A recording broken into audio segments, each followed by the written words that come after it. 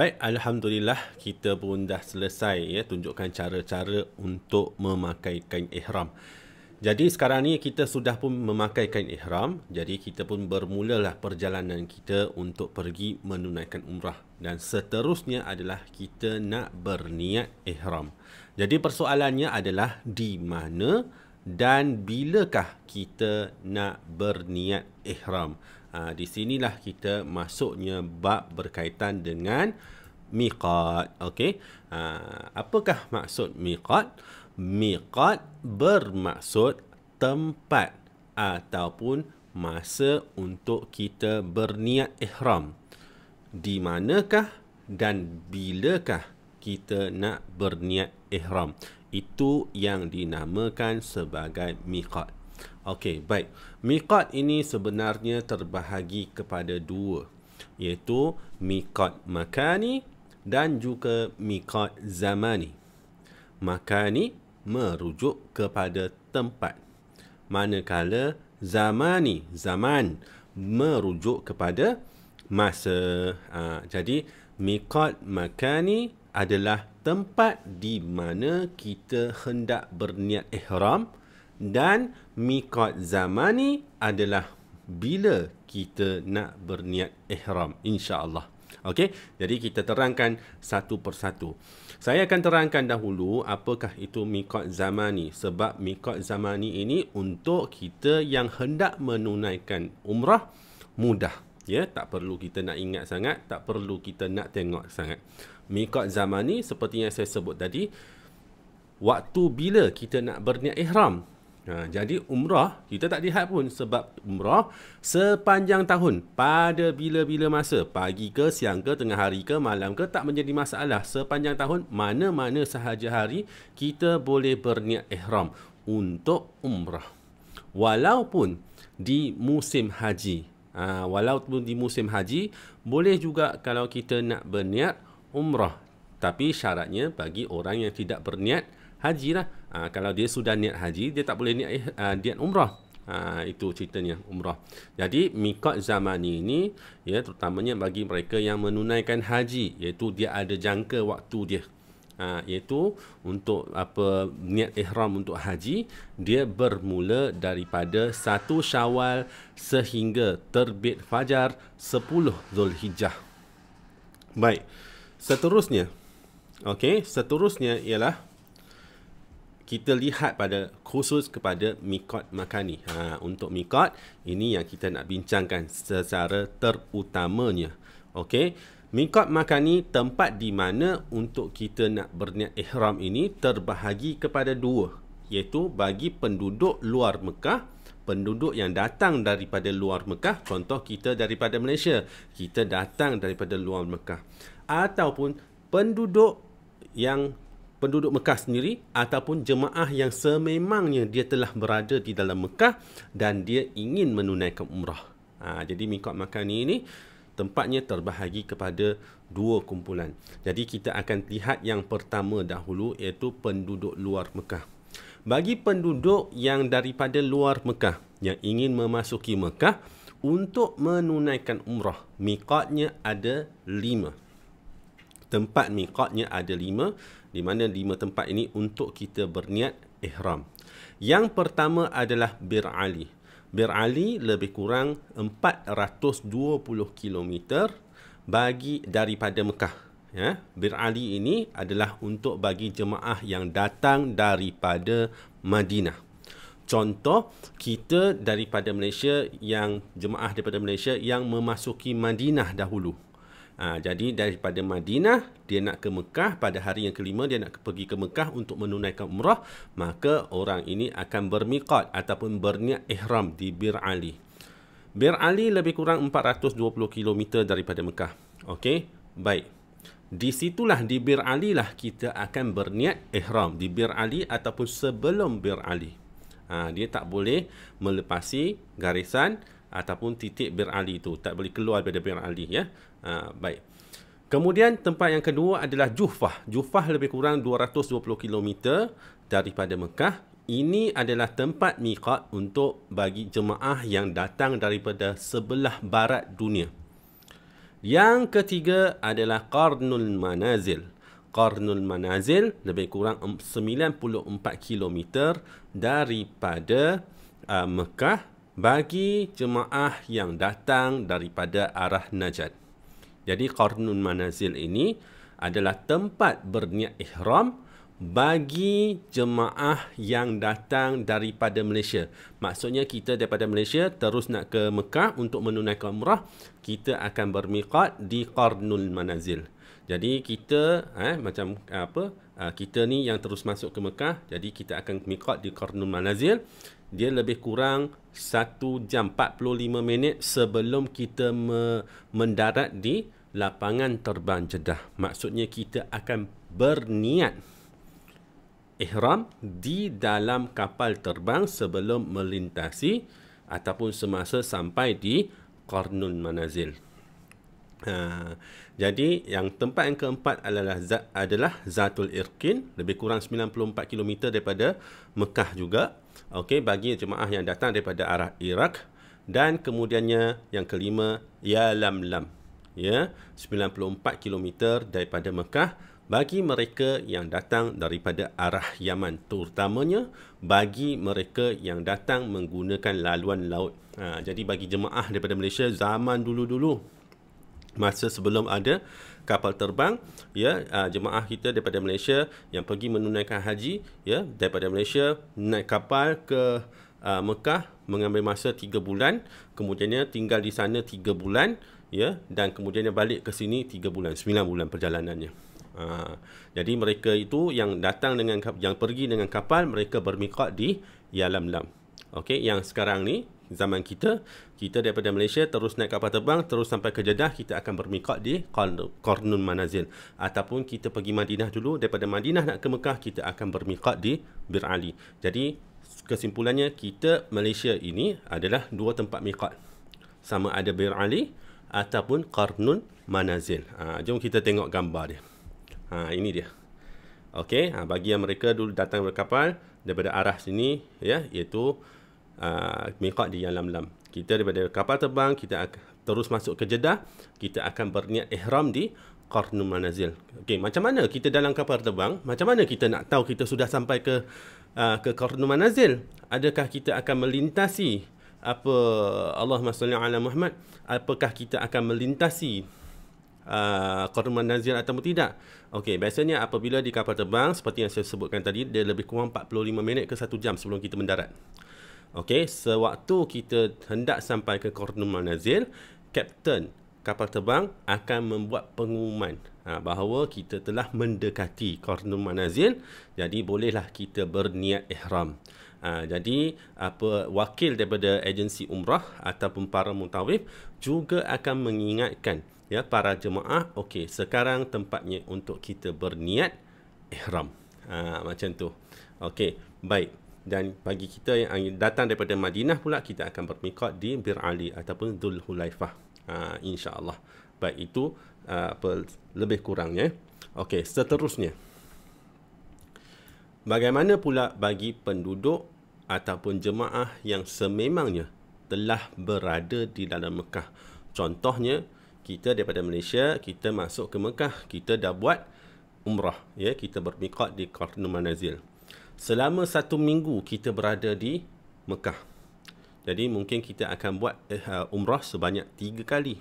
3 kali. So kita dah tinggal di Mekah, kita dah bermukim di Mekah, kita nak buat umrah lagi. Jadi kita kena keluar ke tempat miqat, masuk balik ke Mekah, ke Masjidil Haram dan menunaikan umrah.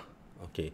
Untuk mereka yang sudahnya ada di dalam Mekah, ini tempat-tempat miqatnya.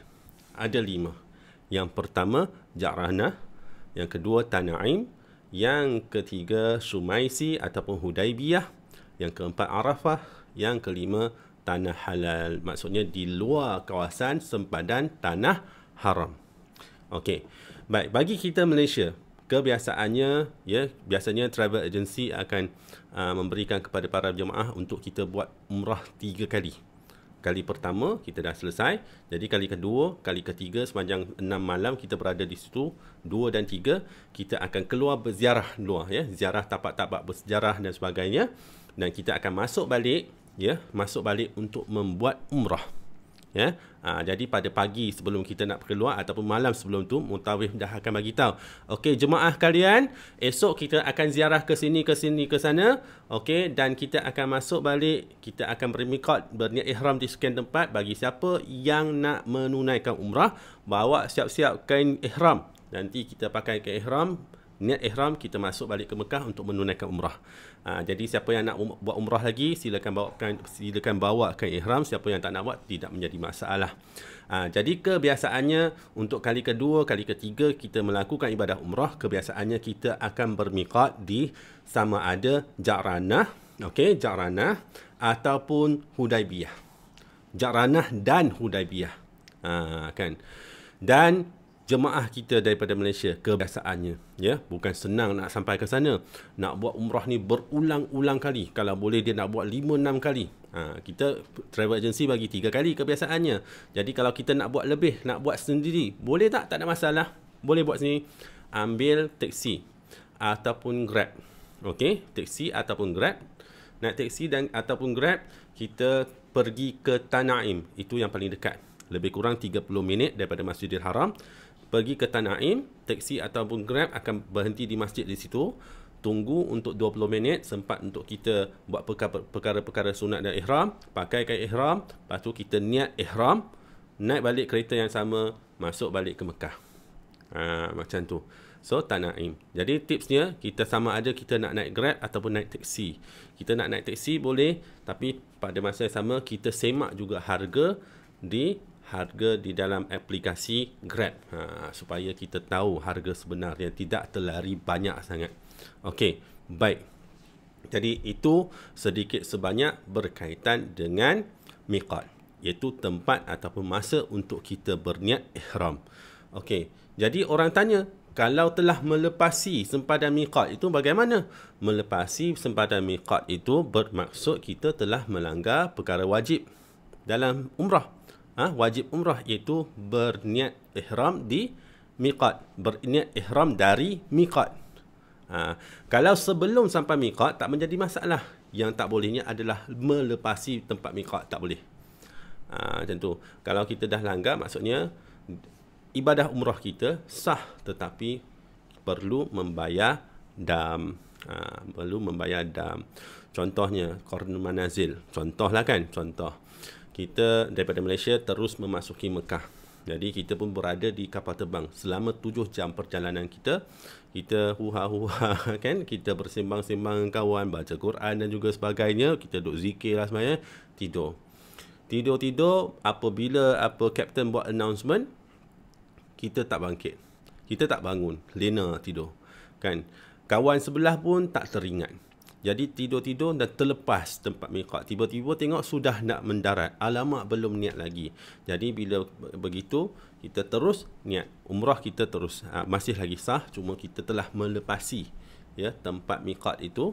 Perlu membayar dam. Ya? Itu saja. Baik. Seterusnya, bagaimana untuk kita berniat ihram? Tadi kita telah bincang miqat. Pakai kain ihram sudah. Di mana kita nak berniat ihram dah. Sekarang ni, macam mana kita nak niat ihram? Iaitu lafaz niat untuk ihram. Okey, maka lafaz niat untuk ihram mudah sahaja. Ini dia. Iaitu nawaitul umrata wa ahramtu biha lillahi ta'ala. Nawaitul umrata wa ahramtu biha lillahi ta'ala. Apa maksudnya? Nawaitu, sahaja aku, al-umrata, mengerjakan umrah, wa ahramtu biha, dan berihram dengannya, lillahi ta'ala, kerana Allah Ta'ala. Selesai.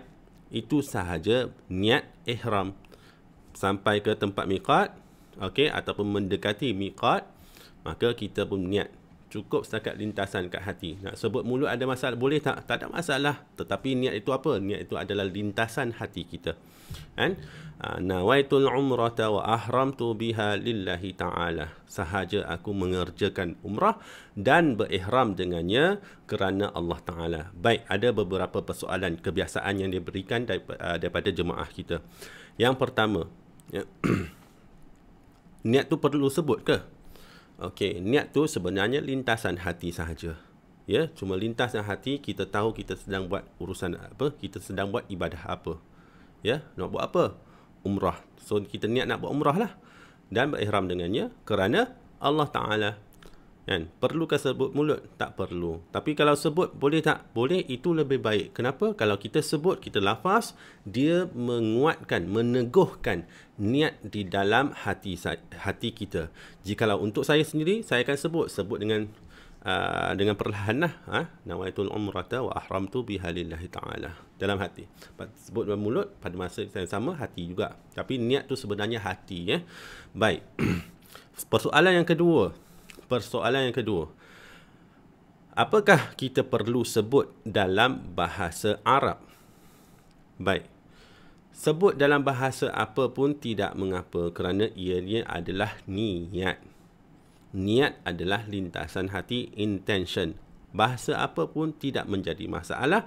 Yang paling penting kita faham dan niatnya adalah betul. Ya, tak bolehlah sahaja aku mengerjakan umrah, kita niat sahaja aku menunaikan solat. Kan, itu tak betul. Kan? Jadi, bahasa apa pun tak apa. Kalau kita nak sebut dalam bahasa Arab, tapi kita faham, itu terbaik. Tetapi kalau kita nak sebut dalam bahasa Melayu, jadi masalah tak? Tidak menjadi masalah. Kalau kita nak sebut dalam bahasa Mandarin, bahasa Tamil, bahasa Inggeris, bahasa Perancis sekalipun, tidak menjadi masalah. Contohnya, saya nak sebut dalam bahasa Mandarin, yang dicampur-campur sedikit. 我现在要做这个覆巢 然后带上 ihram 因为 Allah Ta'ala. 可以吗? Boleh tak? Boleh, tak menjadi masalah. Okey, itu sahaja. Mudah saja untuk kita nak berniat ihram. Okey, baik. Jadi persoalannya di sini. Ya, ada satu lagi niat, ada satu lagi kaedah niat yang lebih kita anjurkan kepada para jemaah, iaitu niat secara bersyarat. Kenapa? Sebab bermula daripada kita berniat ihram, nawaitul umrata wa ahramtu biha lillahi ta'ala, bermula daripada saat itu perjalanan umrah kita telah pun bermula. Dan bermula daripada saat itu juga kita sudah terikat dengan pantang larang di dalam ihram yang perlu kita jaga. Sehingga kita telah selesai tawaf, kita selesai sa'i, kita dah tahallul. Selepas tahallul, barulah kita keluar daripada ihram. Selagi kita belum selesai tiga lagi rukun yang lain, iaitu tawaf, sa'i dan tahallul, selagi itu kita terikat dengan pantang larang dalam ihram kerana kita masih lagi berada dalam ihram. Kan?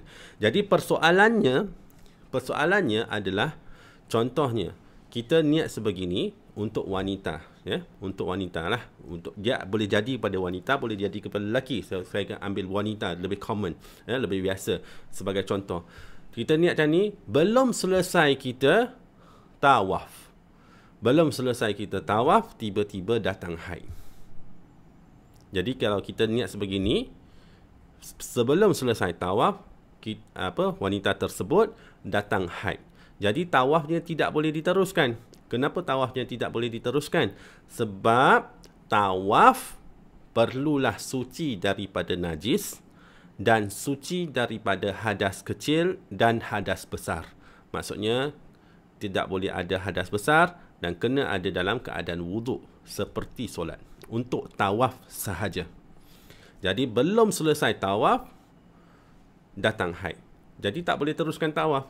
Bila tak boleh teruskan tawaf, kita masih lagi berada dalam keadaan ihram. Sebab belum tahallul lagi, belum keluar lagi. Jadi kita masih lagi berada dalam keadaan ihram dan kita masih lagi, wanita tersebut masih lagi terikat dengan pantang larang di dalam ihram. Dia kena tunggu sampai selesai kitaran haid dia, maksudnya haid dia habis, dah kering, mandi wajib, dan sambung balik buat tawaf, sa'i, tahallul. Barulah dia keluar daripada ihram.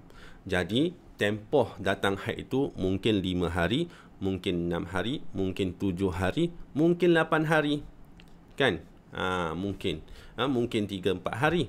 Jadi, dalam keadaan sewaktu datangnya haid itu, maka wanita tersebut perlu lagi menjaga pantang larang di dalam ihram. Sebab itu kita anjurkan para jemaah untuk niat bersyarat.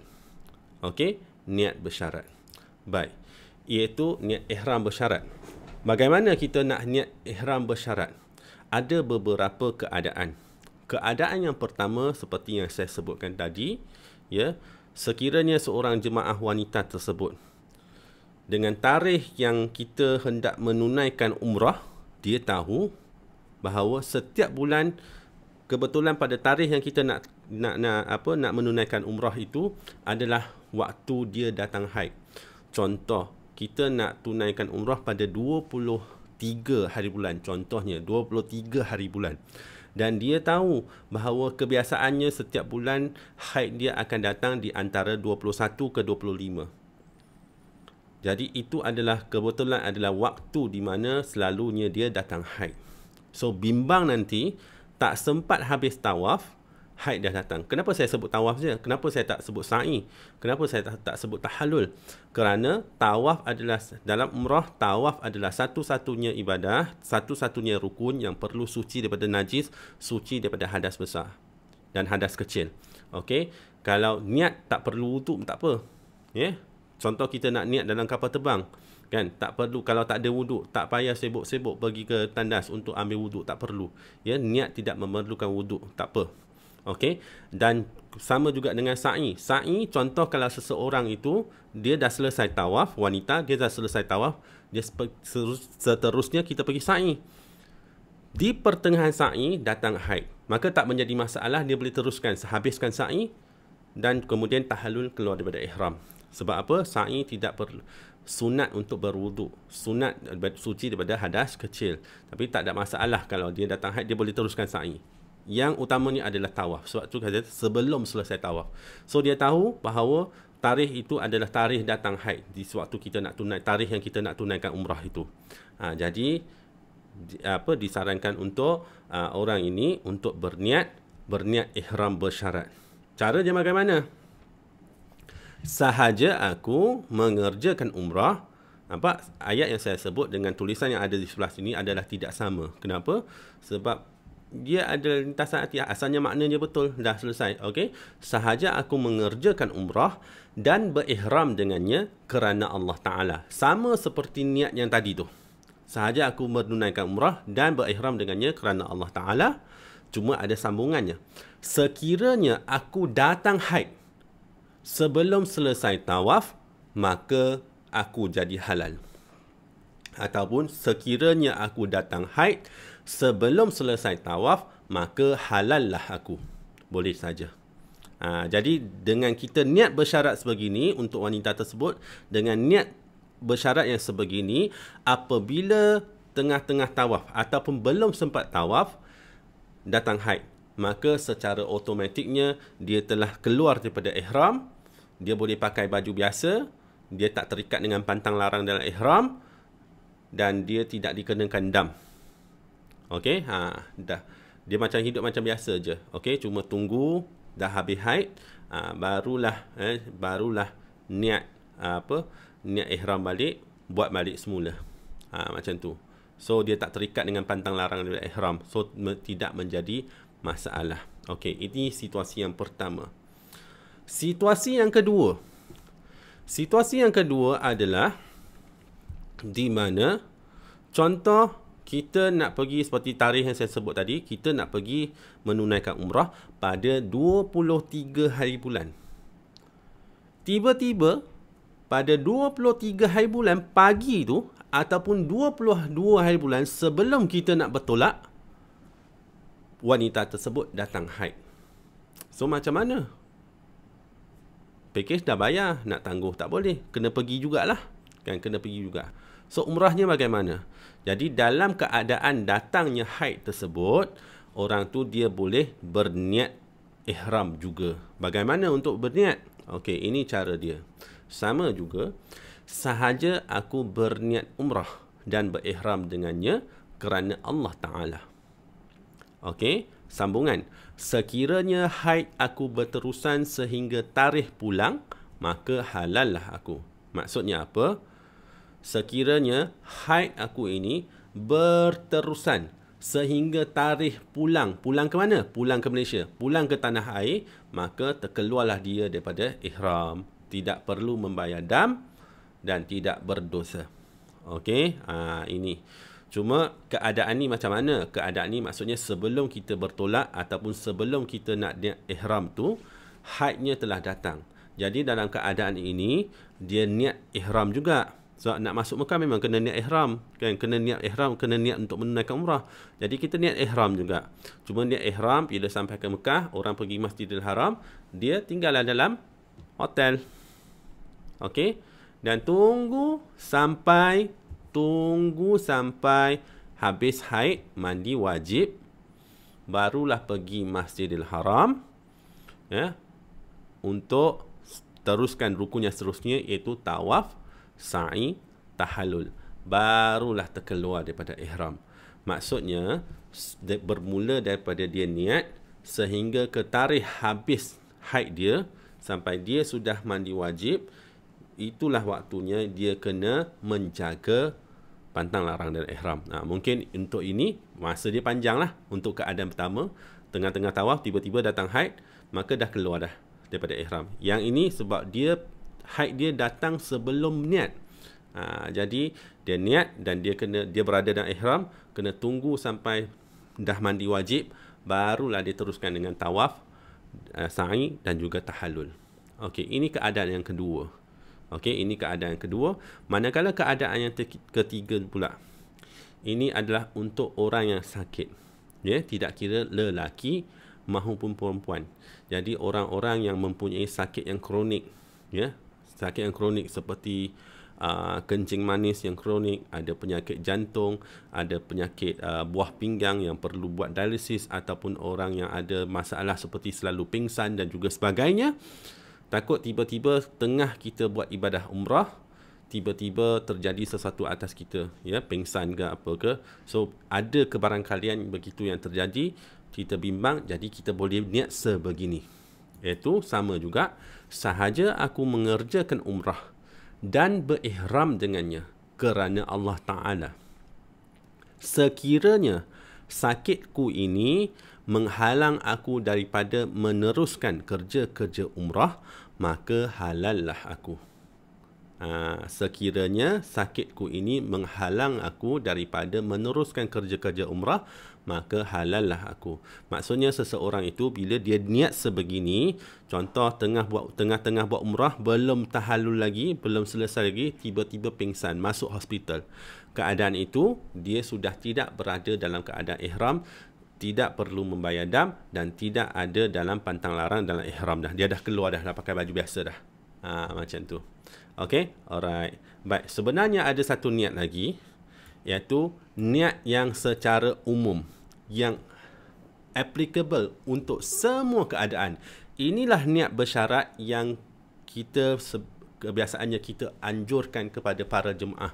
Sebab untuk semua keadaan, tak kiralah haid, tak kiralah sakit, kemalangan, ya, kemalangan ataupun apa-apa jua keadaan.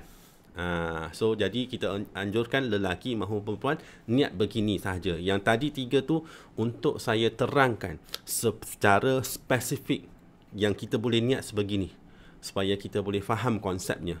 Tapi kalau secara umum kita hanya berniat begini sahaja. Sama juga, nawaitul umrata wa ahramtu biha lillahi ta'ala, sahaja aku mengerjakan umrah dan berihram dengannya kerana Allah Ta'ala. Sekiranya aku berhalangan dengan halangan syarak sehingga aku tidak mampu meneruskan kerja-kerja umrah, maka halallah aku. Oh, macam panjang je ayatnya. Sebenarnya mudah sahaja. Kita gunakan bahasa kita asalkan maksudnya sama, maksudnya betul. Contoh ayat yang saya gunakan, sahaja aku mengerjakan umrah dan berihram dengannya kerana Allah Ta'ala. Sekiranya terdapat apa-apa halangan syarak yang menghalang aku daripada meneruskan ibadah umrah, maka halallah aku. Boleh faham Okey, begitu. Tak kira apa-apa halangan syarak ni. Tak kira sama ada datang haid, ataupun sakit, ataupun kemalangan. Kemalangan. Sebab kalau kita niat biasa, contoh tengah-tengah tawaf patah kaki ke apa ke, aksiden ke, kena langgar ke, tapi kita masih lagi, walaupun masuk hospital, kita masih lagi berada dalam keadaan ihram. Kan? Jadi bila kita niat macam ni, terjadi perkara yang tak diingini, yang menghalang daripada kita meneruskan umrah, maka kita secara automatiknya kita telah terkeluar daripada ihram. Nanti tak terikat dengan pantang larang di dalam ihram. Okey, itu sedikit sebanyak berkaitan dengan niat ihram, insya-Allah. Baik, seterusnya, bermula daripada saat kita berniat ihram, bermula daripada saat tersebutlah kita sudah pun terikat dengan pantang larang di dalam ihram. Apakah pantang larang di dalam ihram? Ini yang menjadi kebiasaannya menjadi yang mengganggu perasaan para jemaah, yang dibimbangkan oleh para jemaah sangat. Oh, pantang larang dan ihram, takut terlanggar nanti berdosa, terlanggar nanti bayar dam apa semua. Okey, sebenarnya untuk umrah ini pantang larang dan ihram dia tidaklah susah sangat walaupun ada banyak pantang larangnya, tapi kita yang menunaikan umrah ini, kita hanya dalam keadaan ihram dalam masa yang singkat sahaja, bukanlah berhari-hari. Melainkan kalau kita buat haji, kita dalam keadaan ihram itu berhari-hari.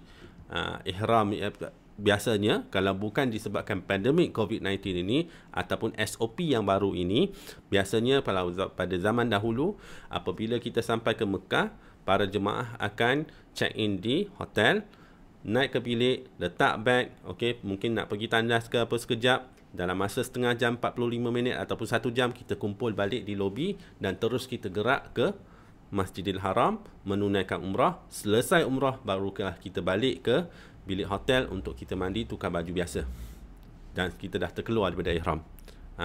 Umrah begitu je. Cuma sekarang ni dalam keadaan pandemik COVID-19, mungkin kita perlu berihram dalam keadaan masa yang panjang sedikit. Kenapa? Sebab ada SOP tambahan seperti dah sampai ke sana, kita perlu mendaftar aplikasi Tawakalna dan Itmarna, kan, dan kita perlu memohon slot untuk menunaikan umrah. Mungkin slot yang kita mohon itu pada mungkin 8 jam setelah kita tiba ataupun 12 jam setelah kita tiba di Mekah.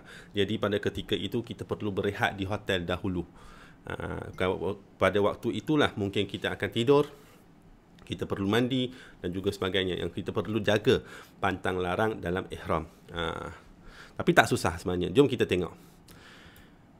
Ada pantang larang yang dikhaskan kepada wanita, ada pantang larang yang dikhaskan kepada lelaki, ada pantang larang yang kepada lelaki dan wanita secara umum. Tetapi di sini saya membahagikan ianya kepada 4 bahagian, iaitu daripada segi pakaian, daripada segi kecantikan, daripada segi alam sekitar dan sebagainya. Okey, jom kita tengok satu persatu. Daripada segi pakaian, daripada segi pakaian, tidak boleh memakai pakaian berjahit bagi lelaki. Tidak boleh memakai pakaian berjahit bagi lelaki. Sebab tu kita pakai kain ihram 2 helai kain yang tidak berjahit. Maksud berjahit di sini bukanlah berjahit tepi tu. Dia ada tidak boleh berjahit yang bersambung seperti kain sarung ataupun kain pelikat. Macam tu tak boleh. Kalau contoh seperti kain tuala yang dia ada jahit tepi tu, itu tidak menjadi masalah. Okey, baik. Tapi kebiasaannya kain ihram yang kita beli, tepinya dia pun dia tak berjahit juga. Okey, baik. Kemudian yang kedua, tidak boleh tutup kepala bagi lelaki. Kopiah tak boleh pakai. Kopiah tak boleh pakai. Kena memang buka kopiah. Ini kena jaga. Ini kena jaga.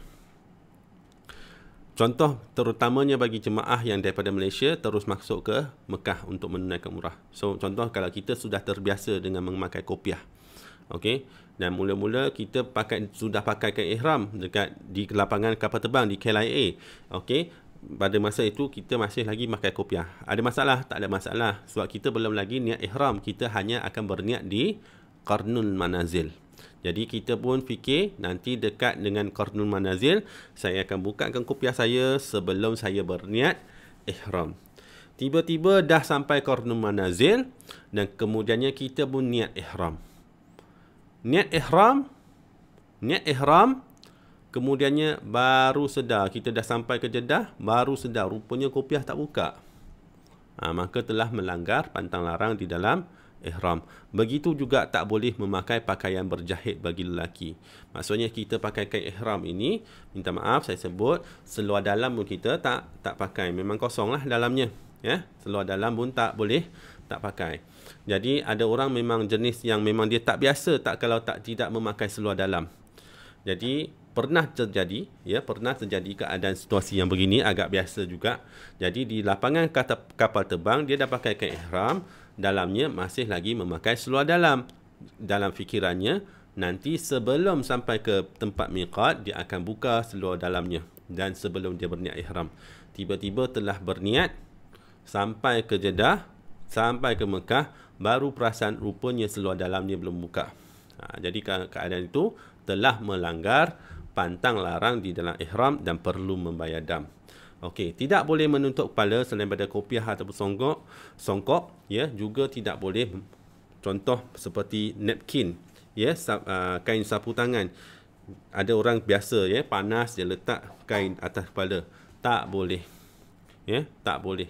Tak boleh, apa bahan pun tak boleh letak, kita melanggar. Kalau kita tak sengaja terletak, apabila ada orang tegur ataupun kita sedar, sebaik saja kita sedar terus kita alihkan, itu tidak berdosa dan tidak dibayar dam. Dia menjadi masalah apabila kita letak dah sedar, kita lambatkan ataupun kita letak secara sengaja, itu melanggar pantang larang di dalam ihram.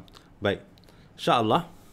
Okey, kemudiannya tidak boleh menutup muka bagi wanita. Okey, bagi wanita tak boleh tutup muka. Maksudnya tidak boleh memakai niqab. Bagi siapa yang memakai niqab, okey, perlulah membukanya ketika hendak berniat ihram. Okey, dalam keadaan pandemik COVID-19 sekarang ni, okey, kita memakai mask. Apakah pakai mask itu, penutup muka itu dibolehkan? Okey, menurut muzakarah fatwa muzakarah haji peringkat kebangsaan pada tahun 2017, okey, fatwakan bahawa harus bagi mereka memakai mask sekiranya mempunyai keperluan. Cuma tidak berdosa tetapi perlu membayar dam. Itu pada tahun 2017. Tapi sekarang ni sebab 2020, 21, 22 kita berada dalam keadaan pandemik COVID-19, keadaan darurat, kita memakai mask untuk menyelamatkan nyawa, maka harus tidak berdosa dan tidak perlu membayar dam. Okey, baik. Tidak boleh pakai sarung tangan bagi lelaki dan wanita. Lelaki sama ada lelaki atau wanita, tak boleh pakai sarung tangan. Okey, bagi wanita yang kebiasaannya, yang ada pakai sarung tangan yang sampai sini tak menjadi masalah, boleh. Okey, yang menutup tapak tangan tu tak boleh. Bagi mereka yang pakai yang macam ada panggil apa? Ring. Yang ada ring, okey, yang ada ring kat sini, itu tak ada masalah. Yang tak bolehnya adalah menutup seluruh tapak tangan. Itu tak boleh. Okey, itu adalah 4 pantang larang dalam ihram daripada segi pakaian. InsyaAllah kita tengok pada yang seterusnya. Yang seterusnya ialah daripada segi kecantikan, iaitu yang pertama sekali, tidak boleh pakai wangi-wangian. Jadi contoh seperti yang kita sebutkan sebelum ini, memakai wangi-wangian adalah perkara sunat ihram, iaitu perkara yang disunatkan sebelum kita berniat ihram. Jadi apabila kita telah berniat ihram, maka perkara ini telah menjadi pantang larang. Jadi dalam kita keadaan berihram, kita tidak boleh memakai wangi-wangian, sama ada minyak atar atau apa sekalipun. Dan bagi mereka yang berihram untuk jangka masa panjang, ya, bagi mereka yang berihram dalam jangka masa panjang, sekiranya kita rehat di hotel dan kita telah tidur dan kita mandi, okey, persoalannya apakah kita boleh memakai sabun? Okey, jikalau kita melihat, sebab sabun mengandungi bau wangi-wangian. Jikalau kita lihat apa fiqh umrah contemporary berdasarkan mazhab Syafi'i dan resolusi muzakarah haji peringkat kebangsaan. Kitab ini diterbitkan pada tahun 2017, ya, di mana fatwa ataupun muzakarah menetapkan bahawa harus untuk memakai sabun untuk mandian, walaupun sabun tersebut mempunyai bau yang wangi, kerana kita menggunakan sabun untuk membersihkan badan. Niat kita adalah untuk membersihkan badan, bukan untuk berwangi-wangian. Walau bagaimanapun, di pasaran terdapat produk-produk seperti sabun ihram, ya, sabun ihram Zulhijjah. Ini sabun ihram di mana kita boleh gunakan sabun ini untuk membersihkan diri, untuk mandi, dan sabun ini tidak mempunyai bau.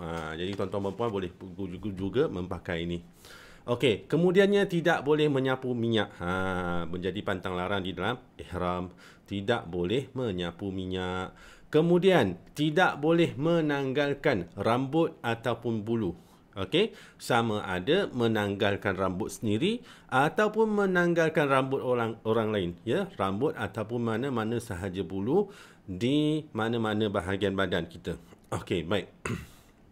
Jadi maksudnya contoh macam rambut, kita tak boleh tanggalkan lebih pada 3 helai. Sebenarnya untuk umrah ini, pantang larang di dalam ihram ini tidak perlu, seperti yang saya sebutkan tadi, tidak perlulah kita bimbang terus sangat, sebab kita berihram dalam keadaan yang agak singkat. Namun begitu, ada beberapa pantang larang yang kita perlu jaga, iaitu seperti tadi yang tidak boleh tutup kepala, dan juga yang ni tidak boleh menanggalkan rambut dan bulu. Contohnya, sebab itu sebelum kita nak memakai kain ihram, perkara sunat ihram, kita disunatkan untuk memperkemaskan rambut kita, ya, mencukur ataupun mencukur bulu-bulu badan, ya, bulu ketiak dan juga sebagainya, supaya mengelakkan perkara-perkara yang seperti ini semasa kita berada dalam keadaan ihram. Ya, saya beri satu contoh. Saya mohon maaf, saya beri satu contoh. Contoh kita daripada Madinah menghala ke Mekah, ya, perjalanan yang agak panjang, lebih kurang 6 jam lebih, 7 jam, ya. Kadang-kadang duduk, ada orang ada tabiat yang suka mencabut bulu hidung dan sebagainya. Itu kena jagalah, itu kena jaga, ya. Kemudiannya, ya, bukan sahaja tak boleh menanggalkan rambut sendiri, tetapi juga tak boleh menanggalkan rambut orang lain. Macam tu. Ya, itu yang kita kena jaga. Ada orang tanya, bagaimana kalau kita sikat rambut dan sebagainya? Kita sikat rambut, kita basuh rambut. Okey, kita yang pergi menunaikan umrah ini, sebab kebiasaannya apabila kita sampai di Mekah, kita check in hotel, lepas kita letak beg di dalam bilik, dalam masa setengah jam, 45 minit ke 1 jam, kita akan turun berkumpul di lobi hotel dan kita terus bergerak ke Masjidil Haram untuk menunaikan umrah.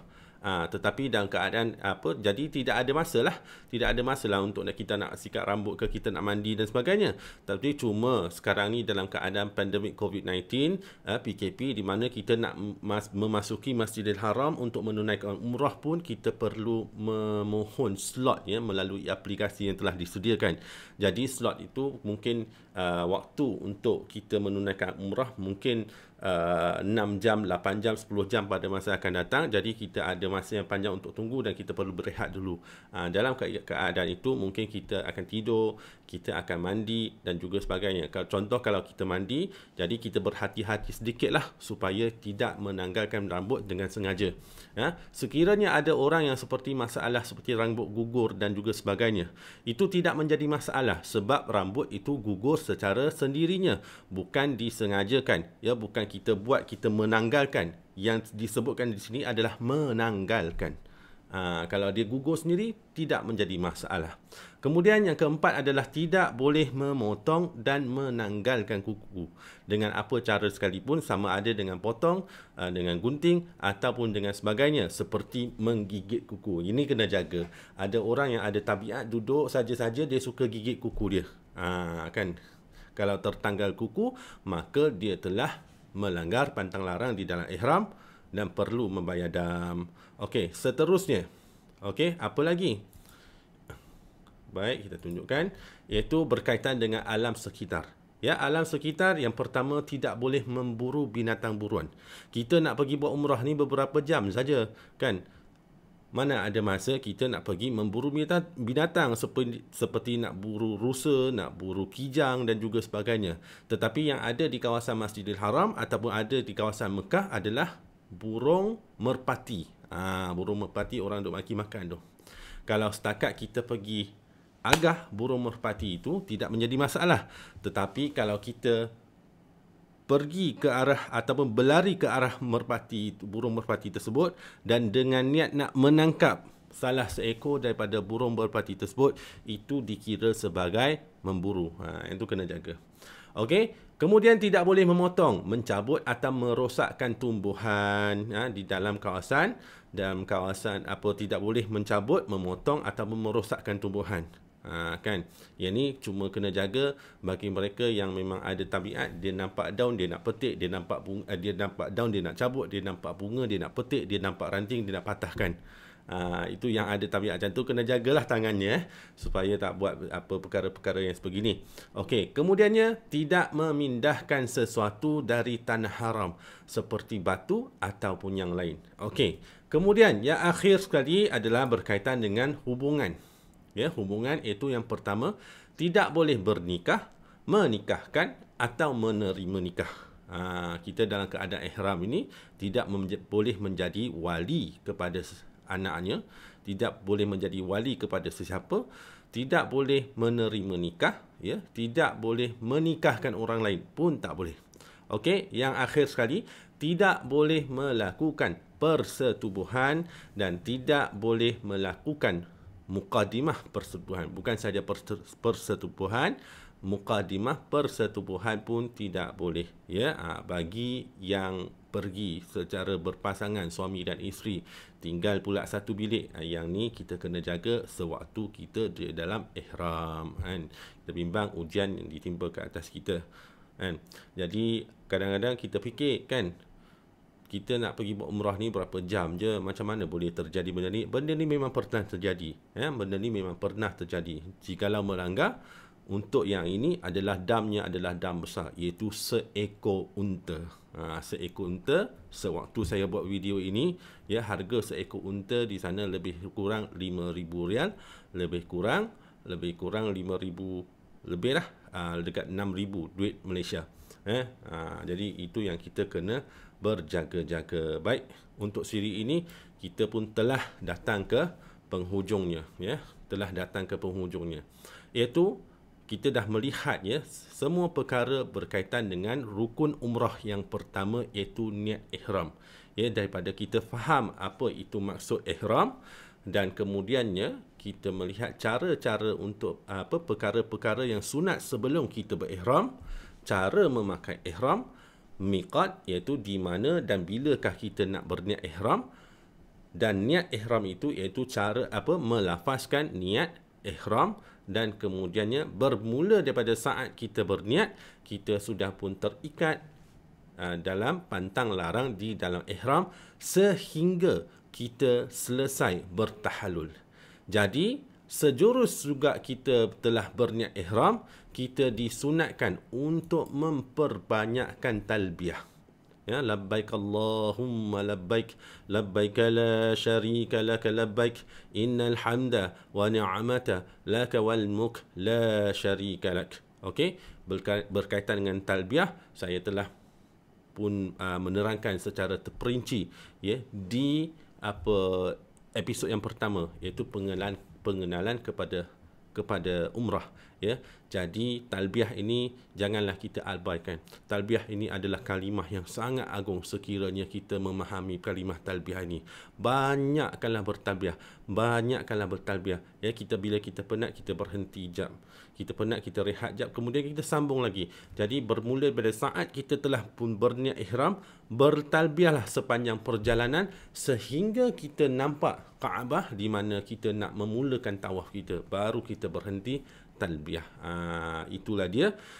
Jadi selesai sudah ya rukun umrah yang pertama, iaitu niat ihram. InsyaAllah pada siri yang akan datang saya akan terangkan, saya akan kongsikan kepada sahabat-sahabat semua berkaitan dengan rukun yang kedua, rukun umrah yang kedua, iaitu sa'i. InsyaAllah dengan itu kita berjumpa lagi.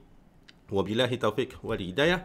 Wassalamualaikum warahmatullahi wabarakatuh.